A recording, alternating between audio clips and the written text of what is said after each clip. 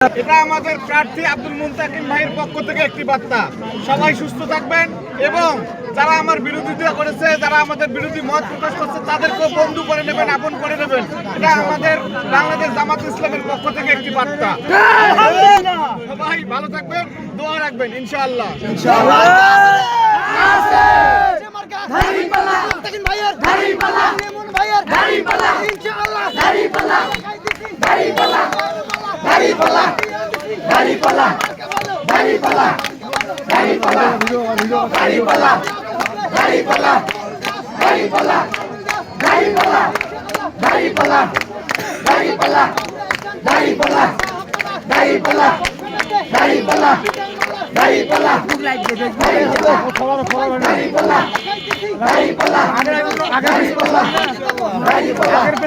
গাড়ি